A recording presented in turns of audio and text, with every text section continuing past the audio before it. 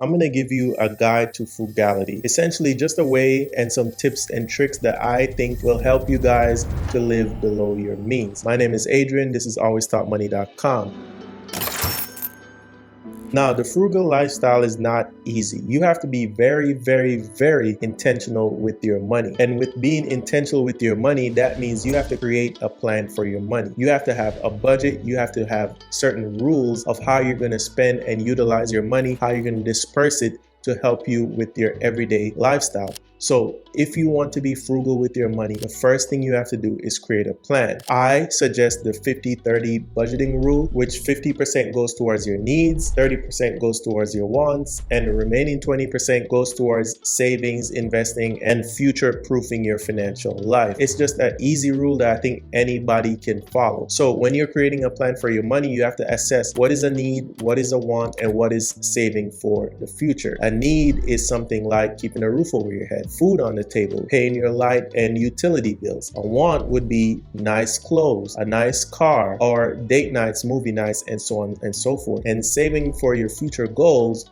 would be saving an emergency fund, saving for a retirement so you can retire comfortably, and maybe even saving for a down payment on your mortgage, and so on and so forth. So when you want to create a plan for your money, a 50-30-20 budgeting rule is a great way to start your frugal journey. By the way, link in the description down below. If you want a budgeting blueprint, budgeting guide, an ebook, you can get it down in the link in the description down below. Now that you've created a plan for your money, you understand, okay, I'm going to go with this 50-30 budgeting rule or whatever other type of budgeting rule you might use. You have to then follow through with that plan. And the second tip and the best way to follow through with that plan is to save money right off the top as soon as your paycheck comes in. Or some people might call that paying yourself first, because when you get paid, a lot of times the money goes to bills, it goes to paying off debt, it goes to utilities, it goes to just living expenses. And by the time you're left with paying all of those things, you have no money to save. So the best thing to do if you want to live this frugal lifestyle is to make sure that you force yourself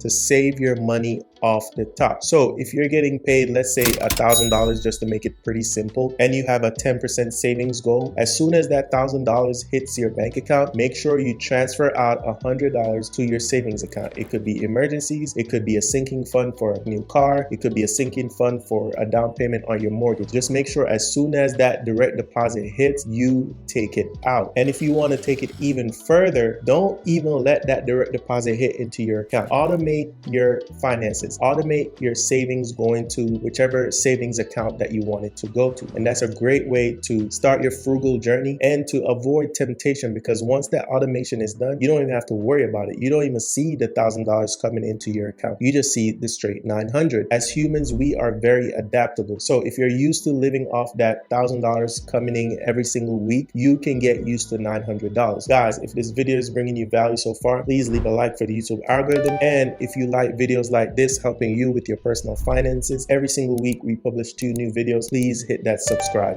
button. Now, for the most extreme tip in terms of living a very frugal life, but I know it works because I've seen it work personally, and that is to live off of one income. Because if you're around my age, 31, a lot of people are partnered, but if you're not partnered, it can apply to you as well. But we'll save that till the end of the point. But for the partnered people, you have 2 people, 2 adults making money, taking home a paycheck. Try to live off of one income. Once you do that, you'll be surprised how much money you can save, how much money you can invest, and so on and so forth to hit your financial goals. And again, as humans, we are adaptable. So if you told yourself, listen, we're only going to live off of one income, you can adjust to that new lifestyle. And remember, this is about frugality. This isn't about expensitivity or whatever. It's not an expensive life. So if you want to live that frugal life, a great way is to live off of one income. Now, for the people who are like, Adrian, I don't have a partner, I live alone, I have to pay all my bills by myself.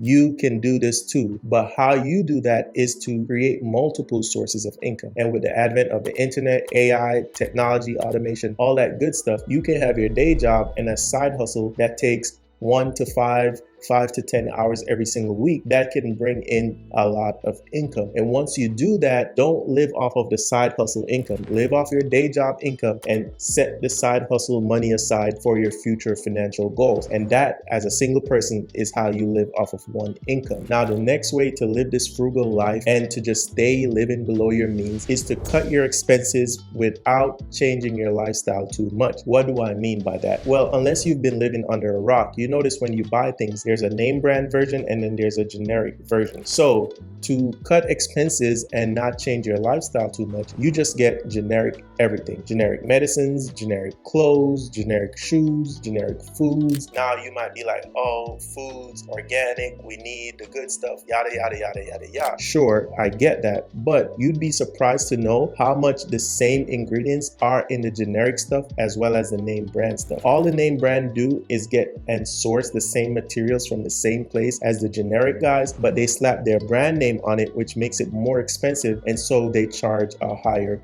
price. That's what they call private labeling in the business and e-commerce world. All these Louis Vuittons, all these Gucci's, all these Pradas, and so on and so forth, they are essentially the same things. They just slap their unique brand name, and that brand name is recognized as a very premium brand, but the materials and the things are basically the same thing. And so if you want to live that frugal lifestyle, keep more money in your pocket, live below your means, but not change your lifestyle too much, just switch out the name brand for all the generic stuff and you'd be surprised how much money you save, and your quality of life just really doesn't go down that much. Now, the final point I'm going to give you in terms of this frugal lifestyle, and that is to fine-tune your budget. In the first point, I told you to create a plan for your money, which means you know that you have to use some sort of rule, some sort of spending guideline when you are doing your money, when you are doing your budget. Then I told you that you have to save money off the top. Now, this last point, fine-tuning your budget, is to just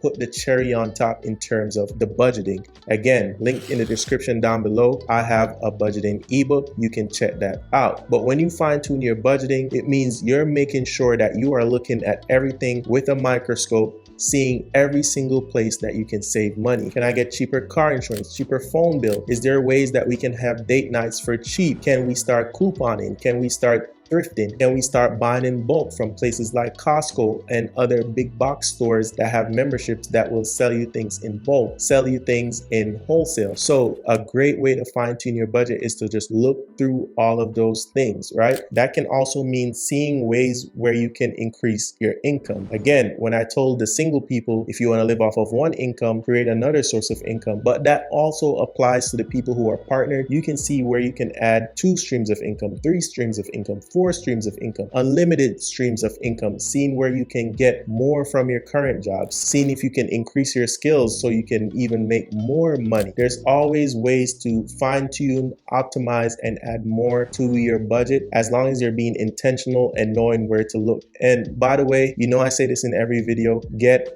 out of debt. There's no better way to free up your budget than to get out of debt. Get rid of those credit cards, student loans, and so on and so forth. Yes, it's easier said than done. Yes, I've heard all the excuses, but guys, you gotta get out of debt. Anyways, this is the end of the video. I really appreciate you guys for stopping and watching another video. Please leave a like for the YouTube algorithm. Comment down below. Let me know what you thought about the video and if you're gonna implement any of these frugal tips. Scan the QR code if you are on the TV, or link in the description down below. Sign up for the weekly Friday newsletter. I send out tips and tricks on money, finances, self-improvement, all that good stuff every single Friday. So sign up for that. Like, subscribe, as I said. My name is Adrian. This is alwaystalkmoney.com, and I will see you in the next one.